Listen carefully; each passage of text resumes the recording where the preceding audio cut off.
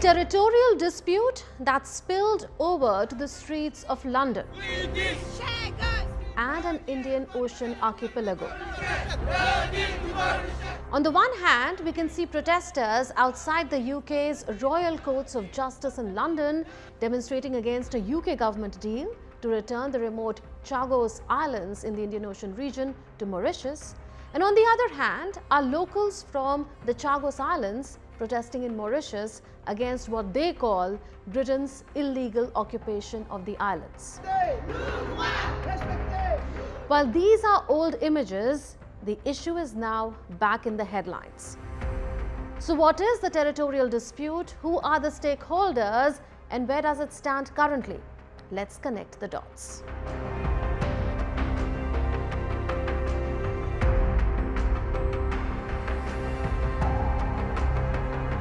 Let's first see what are the Chagos Islands, where they are located, and what is their history. These islands are also known as the Chagos Archipelago. They form a group of over 60 low-lying coral atolls and islands in the central Indian Ocean. They are about 500 kilometers south of the Maldives. This remote chain includes major atolls like Diego Garcia. Diego Garcia is the site of a key U.S. UK military base. The Chagos Islands have changed hands over its long history. France first colonized Mauritius in 1715 and it treated the uninhabited Chagos Islands as part of that same colony. Back then, European powers like France grabbed far-off islands to grow crops like coconuts for oil and money. So France started settlements on Chagos around the 1770s and 1780s. They shipped enslaved workers from Africa and nearby areas to work there on coconut plantations. Chagos had no people before that. The islands then passed to Britain via the 1814 Treaty of Paris after Britain defeated France. The UK detached Chagos from Mauritius in 1965 to form the British Indian Ocean Territory, or BIOT. That was before Mauritius got independence in 1968. Between 1967 and 1973, the UK and US expelled about 1,500 to 2,000 Chagossians, mainly from Diego Garcia and nearby atolls, to build the joint naval base. Cut to now. US President Donald Trump has sharply criticized UK Prime Minister Keir Starmer over the deal to cede sovereignty of the island of Diego Garcia in the Chagos Islands to Mauritius. Here's what he wrote on Truth Social. The UK giving away extremely important land is an act of great stupidity and is another in a very long line of national security reasons why Greenland has to be acquired. Starmer responded in British Parliament. He said Trump's criticism is a bid to pressure the UK to change its stand on Greenland, but he won't bow down to such pressure tactics. President Trump deployed words on Chagos yesterday that were different to his previous words of welcome and support when I met him in the White House.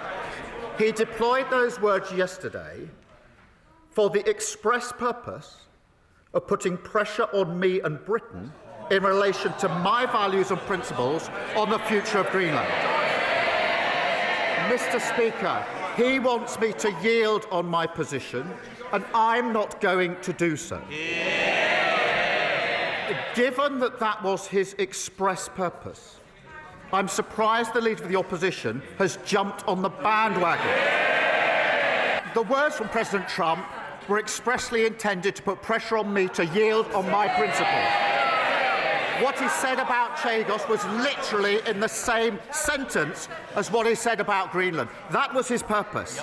And the future of Greenland is a binary issue that is splitting the world at the moment with material consequences. I've been clear and consistent in my position on the future of Greenland. The future is for Greenland and the Kingdom of Denmark alone. So how was the Chagos Islands sovereignty question finally settled? Mauritius has long claimed the Chagos as integral territory.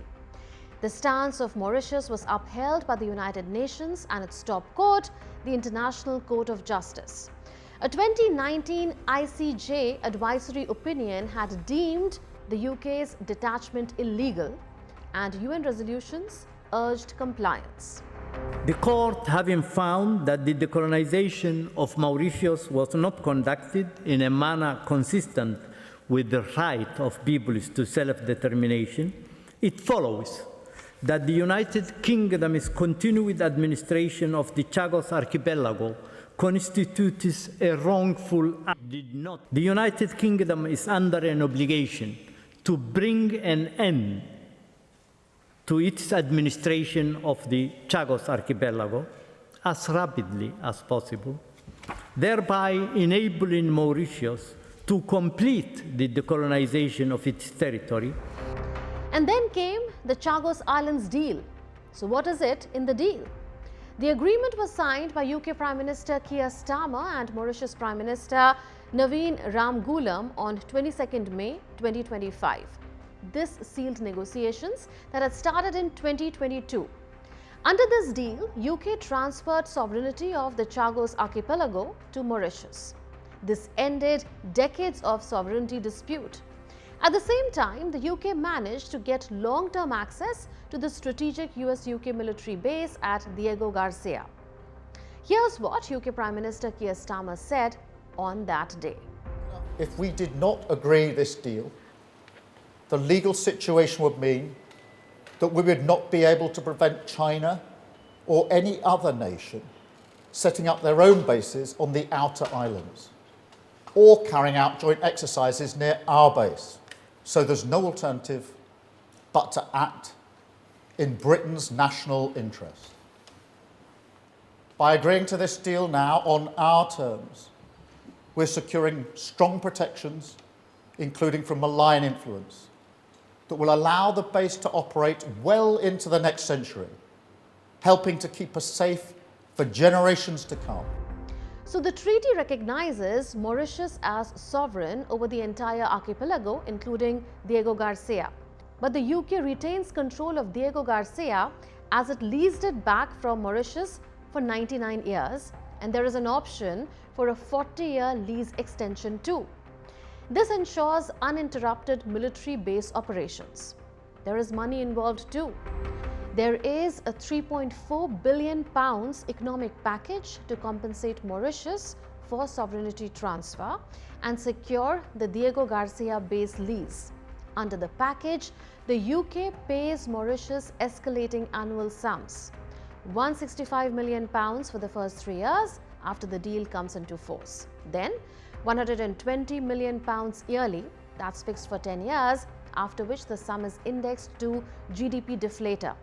Now all this averages to £101 million annually over 99 years. There are additional components too, like £40 million in year 2 to capitalize a Mauritius-managed trust fund for Chagossian welfare and £45 million every year for 25 years to fund Mauritian economic development projects involving British businesses.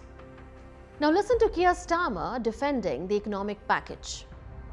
The average 100 million per year is about the same or slightly less than the running cost of an aircraft carrier minus the aircraft. Now, given the significance of this facility, both the geography and the capability, you can see that as again measured against an aircraft carrier running costs, that this is very good value for money. I should also say that it's very similar to arrangements made by other allies, the US and France, in relation to the bases that they lease and make arrangements for as well. So it's in keeping with those payments. So how is Diego Garcia important for the US? Diego Garcia serves as the primary military base in the Indian Ocean for the US and the UK. It offers unmatched strategic positioning for power projection across West Asia, Indo-Pacific and Africa. Now, the base supports long-range bombers, nuclear submarines for Tomahawk reloads, refueling tankers, surveillance, and pre-positioned supplies. It proved crucial in post-9/11 Afghanistan strikes against Taliban and Al-Qaeda targets and the 1991 and 2003 Gulf Wars. In 2024, U.S. forces from Diego Garcia conducted bomber task force patrols. Stealth bombers were deployed on long-range missions over the Indo-Pacific to deter aggression primarily from China. Recent operations supported from Diego Garcia include logistical backing for U.S. bombing strikes against Houthi targets in Yemen during 2024 and 2025. So has Donald Trump changed his position on the deal? Yes, he has. His administration initially welcomed the UK-Mauritius Chagos deal in May 2025, but like you saw, in January 2026, he publicly condemned it as stupid and a sign of weakness.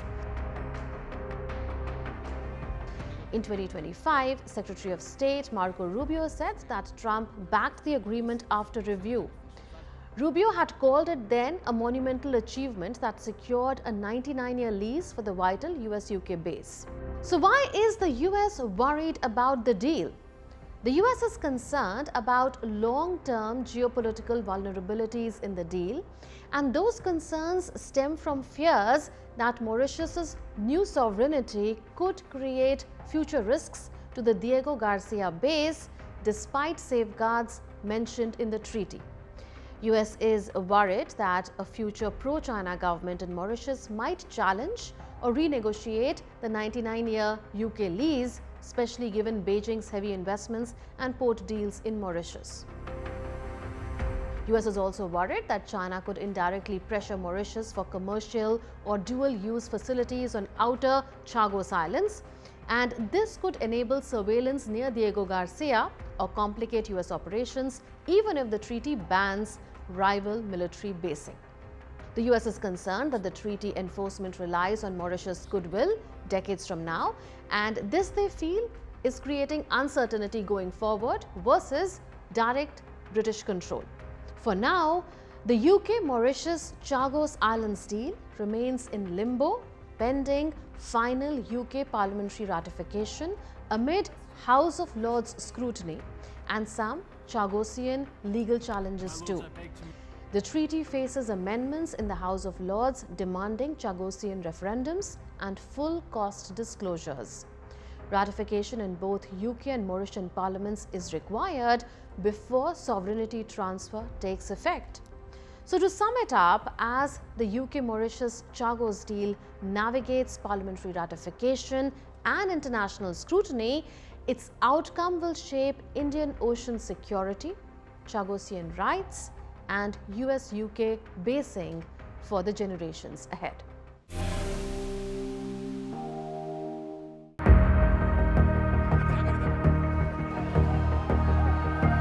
When a state leader starts firing both friends and foes, the warning signs are hard to ignore.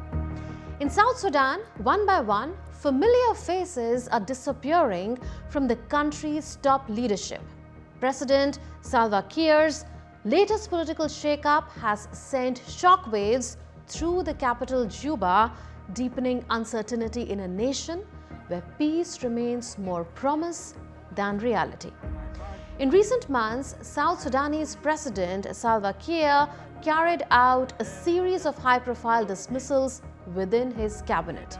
In the latest, on January 19th, President Keir dismissed his Interior Minister Angelina Teny.